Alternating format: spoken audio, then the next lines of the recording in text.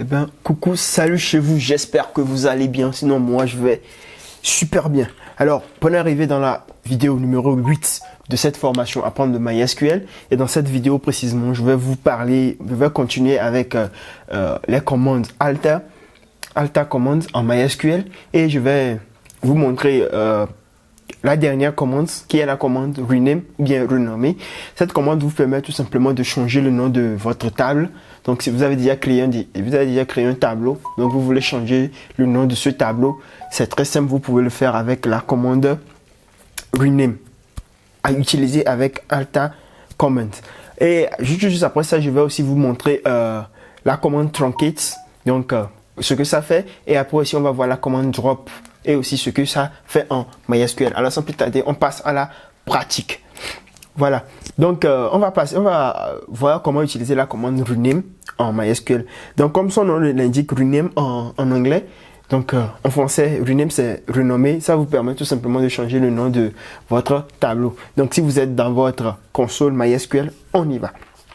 Donc très simple, vous utilisez la commande alta, donc table, alta table, et vous mettez rename. Donc alta table, comme d'habitude, vous mettez rename.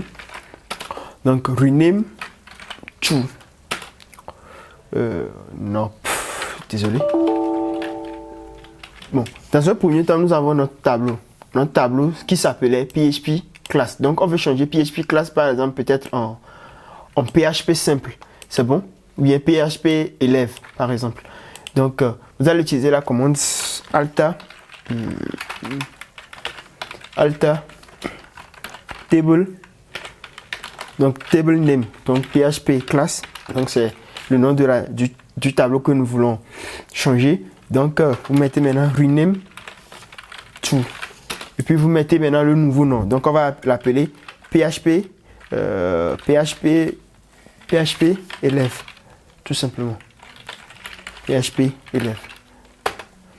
Donc voilà. Donc si vous appliquez la commande show tables maintenant dans votre base de données et élève detail, vous allez bien voir que virgule plutôt, désolé, c'est plutôt une virgule.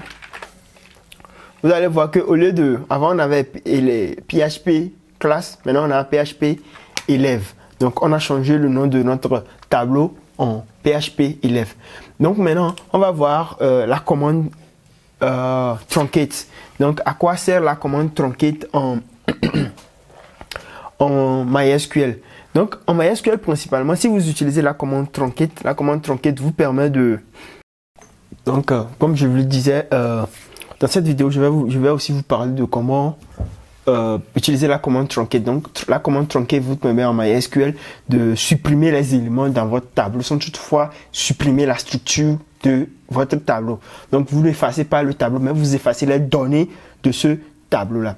Donc pour le faire, j'ai inséré un élément dans le tableau. Nous reviendrons sur la commande d'insertion d'éléments dans les tableaux par après.